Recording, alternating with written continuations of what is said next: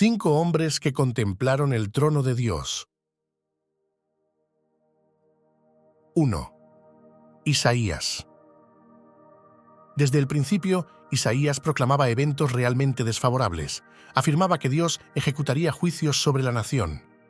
El profeta Isaías asumió una de las tareas más arduas entre todos los profetas. Sin embargo, claro está que, de no haberla llevado a cabo, no contaríamos con este asombroso libro. En aquel entonces no tenía la menor idea de que, en los años y siglos venideros, este libro serviría como fuente de inspiración. No obstante, durante su vida no tuvo éxito en absoluto. Nadie le prestó atención y en las próximas 4 décadas las cosas solo se tornaron más difíciles. En el año en que murió el rey Usías, vi al Señor sentado en un trono alto y sublime, y su manto llenaba el templo. Serafines estaban por encima de él, cada uno con 6 alas. Con 2 alas se cubrían el rostro, con 2 se cubrían los pies, y con 2 volaban, y se llamaban el uno al otro: Santo, Santo, Santo es el Señor Todopoderoso. Toda la tierra está llena de su gloria. A la voz de ellos, los umbrales y los dinteles temblaron, y el templo se llenó de humo. Isaías 6, 1-4. Isaías tuvo una visión del Rey de Reyes. Reconocido por su rectitud, obtuvo un conocimiento más profundo de la magnificencia y el poder de Dios en este encuentro. Como resultado, pudo proclamar la palabra de Dios con una audacia y autoridad extraordinarias. El trono tenía una apariencia elevada y majestuosa. Aquel que ocupaba el trono estaba elevado a una posición de poder y autoridad. Debido a que Dios es digno de honor, tan significativo y tan digno, el templo se llenó hasta el borde con el manto de su vestidura. Este es un vestido realmente largo. Los ángeles, conocidos como serafines en este contexto, se posicionan alrededor del trono en el que Dios se sienta. A estos ángeles se les llama querubines o seres vivientes. Este es el único pasaje en la Biblia que se refiere a estos seres por su nombre propio: los serafines. Ezequiel 10:3. Ahora bien, los querubines estaban de pie en el lado derecho del templo cuando el hombre entró, y una nube, la gloria Shekinah de Dios, llenó el patio interior. Se sabe que los serafines usaban 4 de sus alas para mostrar su humildad hacia Dios, y 2 de sus alas para expresar su disposición a servirle. Este equilibrio se considera apropiado. Aunque Isaías estaba en la presencia de los serafines que rodeaban el trono de Dios, ellos podían ver las cosas con más claridad que él. A menudo no reconocemos la evidente gloria de Dios que nos rodea. Isaías 6, 5-8. Entonces dije: «¡Ay de mí, que estoy perdido, porque soy un hombre de labios impuros y habito en medio de un pueblo de labios impuros, y mis ojos han visto al Rey, el Señor de los ejércitos».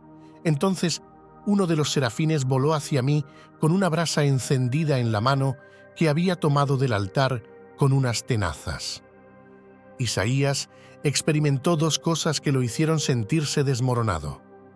En primer lugar, se presentó la visión y el sonido de los serafines. En segundo lugar, se trató de una visión del Señor Dios. Cuando Isaías contempló al Señor, percibió su verdadera naturaleza. Aunque era inferior a los serafines, no se comparaba en absoluto con el Señor. La visión del trono de Dios no generó en Isaías una sensación positiva de inmediato. Cuanto más claramente veía al Señor, más se daba cuenta de lo humilde que era su estado.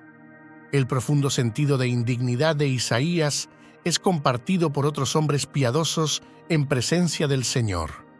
Job, Daniel, Pedro y Juan tuvieron experiencias similares. Aunque la vida de Isaías pudiera haber brillado como un diamante, al colocar un diamante sobre un fondo completamente negro y al iluminarlo con la luz adecuada, se revelan cada defecto e imperfección que antes eran invisibles. Número 2. Ezequiel.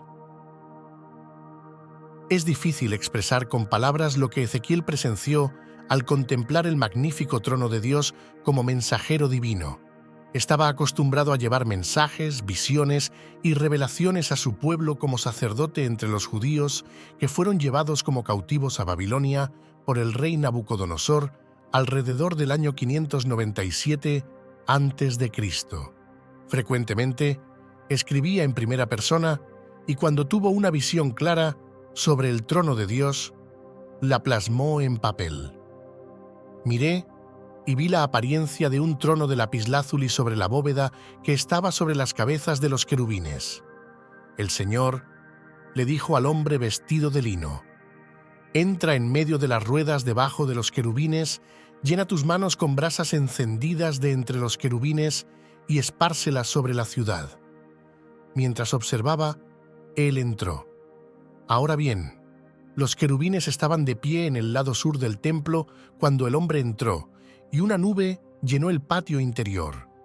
Luego, la gloria del Señor se elevó por encima de los querubines y se trasladó al umbral del templo. La nube llenó el templo y el patio se inundó con el resplandor de la gloria del Señor. El sonido de las alas de los querubines se podía escuchar hasta el núcleo exterior, como la voz del Dios Todopoderoso cuando habla. Cuando el Señor ordenó al hombre vestido de lino que tomara fuego de entre las ruedas de entre los querubines. El hombre entró y se colocó junto a una rueda. Luego, uno de los querubines extendió su mano hacia el fuego que estaba entre ellos. Tomó un poco y lo puso en las manos del hombre vestido de lino, quien lo tomó y salió. Debajo de las alas de los querubines se podían ver lo que parecían manos humanas. Miré y vi 4 ruedas junto a los querubines, una al lado de cada uno. Las ruedas resplandecían como topacios. En cuanto a su apariencia, las 4 eran semejantes. Cada una era como una rueda que se intersecta con otra rueda. A medida que se movían, iban en cualquiera de las 4 direcciones que los querubines miraban. Las ruedas permanecían estáticas mientras los querubines avanzaban en la dirección hacia donde dirigían sus cabezas sin girar. Todo su cuerpo, incluyendo espaldas, manos y alas, estaba completamente cubierto de ojos, al igual que las ruedas. Escuché que a las ruedas se les llamaba ruedas giratorias. Cada uno de los querubines tenía 4 caras, una de querubín, otra de ser humano, otra de león y la última de águila. Luego, los querubines se elevaron hacia arriba. Estas eran las criaturas vivientes que Ezequiel había visto junto al río Quebar. Cuando los querubines se movían, las ruedas a su lado también lo hacían, y cuando los querubines extendían sus alas para levantarse del suelo, las ruedas no se apartaban de su lado. Cuando los querubines se detenían, las ruedas también lo hacían, y cuando los querubines se levantaban, las ruedas lo hacían con ellos porque el espíritu de las criaturas vivientes estaba en ellas. Entonces, la gloria del Señor se apartó del umbral del templo y se detuvo sobre los querubines. Mientras observaba, los querubines extendieron sus alas y se elevaron del suelo, y a medida que lo hacían, las ruedas iban con ellos. Se detuvieron en la entrada de la puerta oriental de la casa del Señor, y la gloria del Dios de Israel estaba sobre ellos. Ezequiel 10:1-19. Desde los ángeles que adoran al Rey en unísono hasta la gloria tangible de Dios que él vio y sintió, está claro que lo que experimentó Ezequiel no fue normal ni natural. Estar ante la majestuosidad de Dios es una experiencia profundamente humillante, ya sea en nuestros momentos diarios de adoración o en una visión como la de Ezequiel. Aunque Ezequiel denunció a varias ciudades y naciones, así como a Israel por sus pecados, este encuentro le ayudó a desempeñar el papel de consolador y reconfortante. Por cierto, manténgase hasta el final del video para una reflexión especial que he preparado solo para usted. Si siente que estas enseñanzas bíblicas le enriquecen, le invito a dejar un comentario en este video. Continuemos. Número 3. Daniel. Daniel vivió en cautiverio en Babilonia junto a sus amigos Sadrach, Mesach y Abednego.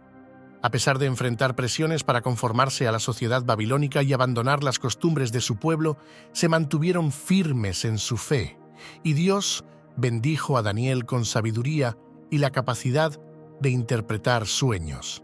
Daniel sirvió en 3 administraciones diferentes en Babilonia, pero no cambió en su integridad y confianza en Dios.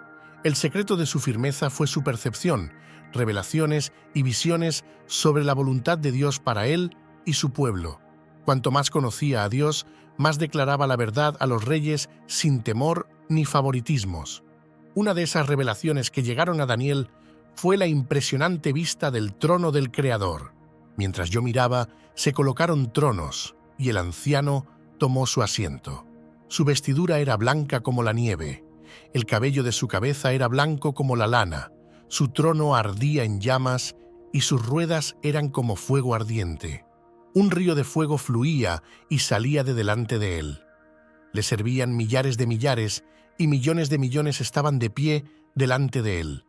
Se estableció juicio y se abrieron libros. Seguí mirando por las palabras arrogantes que el cuerno profería. Continué mirando hasta que mataron a la bestia. Su cuerpo fue destrozado y arrojado al fuego abrasador. A las otras bestias se les quitó su dominio, pero se les prolongó la vida por un tiempo y un término. En mi visión nocturna miré y, aquí, con las nubes del cielo, venía uno como un hijo de hombre, y se dirigió hacia el anciano de días y lo hicieron acercar delante de él, y le fue dado dominio, gloria y reino, para que todos los pueblos, naciones y lenguas le sirvieran. Su dominio es un dominio eterno que no se olvidará, y su reino no será destruido. Daniel 7:9-14. Las palabras de Daniel nos ayudan a comprender el dominio, la autoridad y el poder de Dios para que podamos acercarnos a Él con reverencia. Esta imagen también describe cómo Dios es el Dios de toda carne y el Padre de todos, independientemente de nuestra lengua. Número 4. Esteban es mencionado por primera vez en el libro de los Hechos de los Apóstoles. En ese momento servía como uno de los 7 diáconos en la iglesia primitiva, que habían sido elegidos por los apóstoles para proporcionar alimentos y otras formas de asistencia caritativa a los miembros de la comunidad menos afortunados. Además de esto, fue el primer mártir cristiano, ejecutado lapidado por proclamar que Jesús era el Cristo. En el momento en que Esteban fue apedreado, también experimentó una visión del trono celestial. Al dirigirse a los miembros del Sanedrín, les reprochó diciendo: «Gente de cerviz dura, vuestros corazones y oídos siguen siendo incircuncisos. Sois como vuestros antepasados, siempre resistiéndoos al Espíritu Santo. ¿Hubo algún profeta a quien vuestros antepasados no persiguieran? Incluso mataron a aquellos que predijeron la venida del justo, y ahora lo habéis traicionado y asesinado. Vosotros, que recibisteis la ley entregada por ángeles, no la habéis obedecido». Al escuchar estas palabras, los miembros del Sanedrín se enfurecieron y apretaron los dientes contra Esteban. Sin embargo, lleno del Espíritu Santo, él levantó la mirada al cielo y contempló la gloria de Dios con Jesús a su diestra. «Mirad», exclamó, «veo los cielos abiertos y al Hijo del Hombre de pie a la derecha de Dios».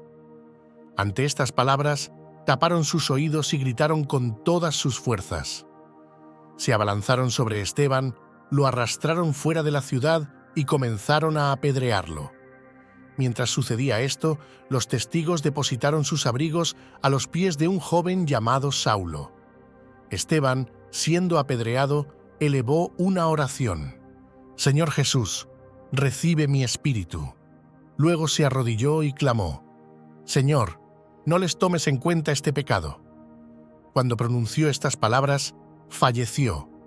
Hechos 7:51-60. Es asombroso que incluso en medio de la persecución, Esteban tuviera una visión del trono de su Padre Celestial antes de morir.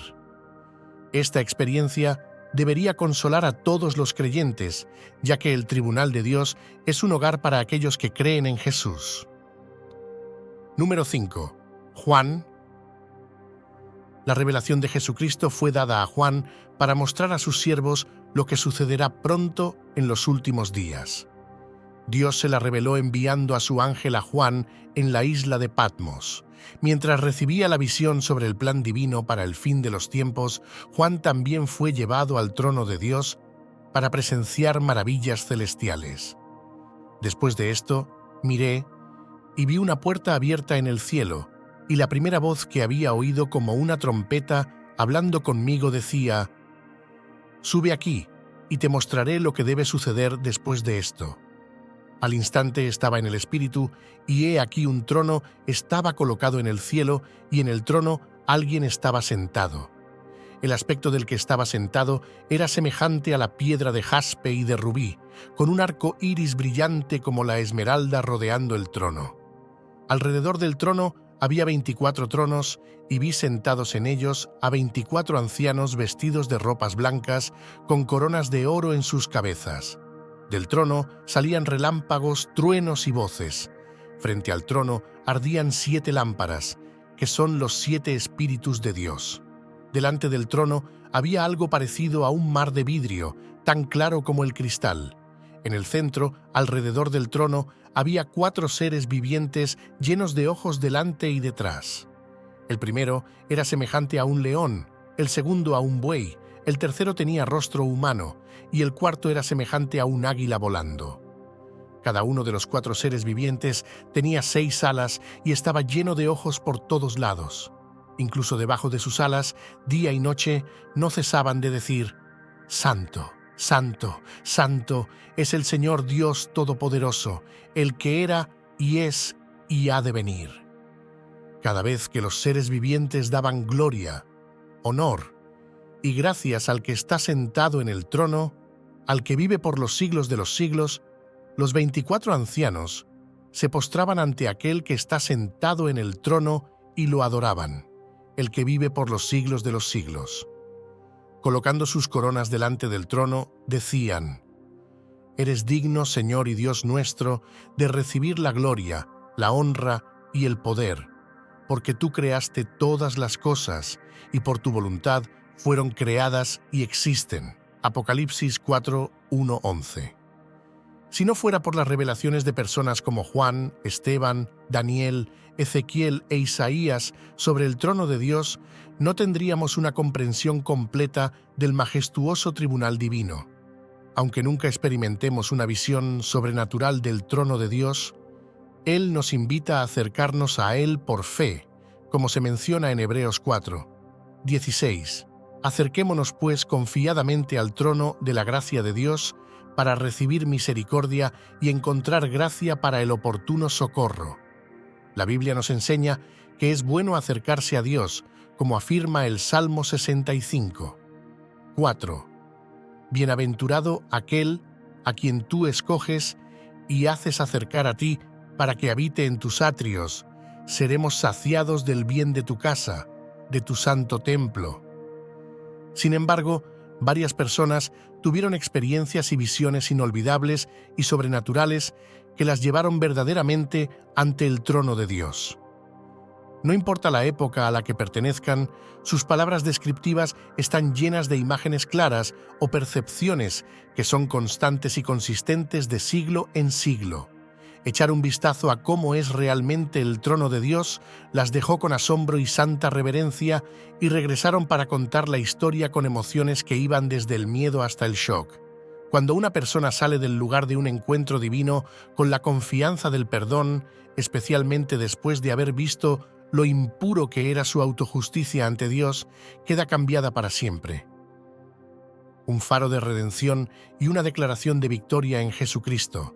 Sumérgete en sus páginas y que encuentres paz en las promesas perdurables, en aquel momento trascendental donde las palabras de los mártires resonaban en el aire y la visión del trono celestial se manifestaba. La historia de la conexión entre el divino y lo humano tomaba forma con un hilo de asombro y reverencia. Después de la piedra final que marcó el fin de la vida terrenal de Esteban, la escena cambió para Saulo, el joven testigo que observaba el cruel acto de violencia. Este episodio, que comenzó con la furia de una turba, pronto se convertiría en un giro inesperado. Saulo, aún con la imagen de la ejecución de Esteban grabada en su mente, se vería envuelto en una experiencia divina que transformaría su vida. El mismo Saulo, que había participado en la persecución de aquellos que seguían a Jesús, se encontró en el camino a Damasco con una luz celestial que lo dejó ciego. En medio de su ceguera física, sus ojos espirituales se abrieron al conocimiento de la verdad. Una voz desde el cielo le habló, y Saulo, el perseguidor, se convirtió en Pablo, el apóstol de las naciones. Pablo, cuya vida anterior estaba marcada por la obstinación y la persecución, se convirtió en un defensor apasionado de la fe que una vez intentó destruir. Su encuentro con el Cristo resucitado en el camino a Damasco no solo restauró su vista física, sino que también iluminó su entendimiento espiritual. El trono celestial, que había sido testigo de la muerte de Esteban, ahora se manifestaba de una manera nueva en la vida de Pablo. El apóstol, inspirado por sus revelaciones celestiales, escribió cartas a diversas comunidades cristianas, revelando verdades profundas sobre el misterio de Cristo y la gracia redentora de Dios. Sus palabras resonaron desde las celdas de prisión hasta las sinagogas y plazas públicas, llevando consigo la esencia misma de la visión celestial que cambió su vida. Pero la historia no termina aquí. La conexión entre el trono de Dios y la experiencia humana sigue desplegándose a través del tiempo. Juan, el último de los 5 testigos, continuó compartiendo la revelación divina en la isla de Patmos. A medida que envejecía, su vínculo con el cielo se intensificaba. En su soledad, Juan fue arrebatado en el espíritu hacia un futuro revelado, donde vio un nuevo cielo y una nueva tierra. Las imágenes de trompetas, sellos y copas se desplegaron ante sus ojos, revelando el plan divino para el fin de los tiempos. A través de simbolismos y visiones, Juan compartió la esperanza de un nuevo comienzo, donde la presencia de Dios sería la luz eterna y el trono celestial se establecería para siempre. En cada página de su relato, Juan pintó cuadros impresionantes de la adoración celestial, donde criaturas vivientes, ancianos y ángeles se unían en un coro eterno proclamando la santidad del Señor Todopoderoso. Las imágenes de los cielos abiertos y el trono resplandeciente se tejían en sus palabras como un recordatorio constante de la conexión entre el divino y lo humano. Esta historia, que se desarrolla a través de las vidas de Isaías, Ezequiel, Daniel, Esteban y Juan, nos invita a contemplar la majestuosidad del trono celestial. No es solo un relato del pasado, sino una narrativa que sigue resonando en los corazones de aquellos que buscan una conexión más profunda con el Creador. Así, la historia continúa, extendiéndose a través de los siglos y tocando cada vida que se abre a la posibilidad de una experiencia divina. En el presente, en medio de nuestras luchas y triunfos, podemos elevar nuestra mirada hacia el cielo, recordando que el trono de Dios está accesible para todos aquellos que lo buscan con sinceridad y humildad. La historia de la conexión entre el trono celestial y la experiencia humana sigue siendo escrita, capítulo tras capítulo, llevándonos a un encuentro más profundo con la presencia divina y la esperanza de Dios que trasciende el tiempo y el espacio.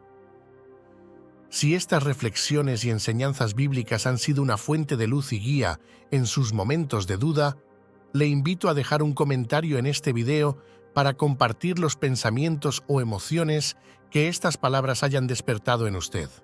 Haga clic en la campanita para no perderse nuevos vídeos. Sus comentarios son el alma de nuestra comunidad, iluminando el camino para todos nosotros. Juntos sigamos adelante en este viaje de fe y esperanza. Que Dios le bendiga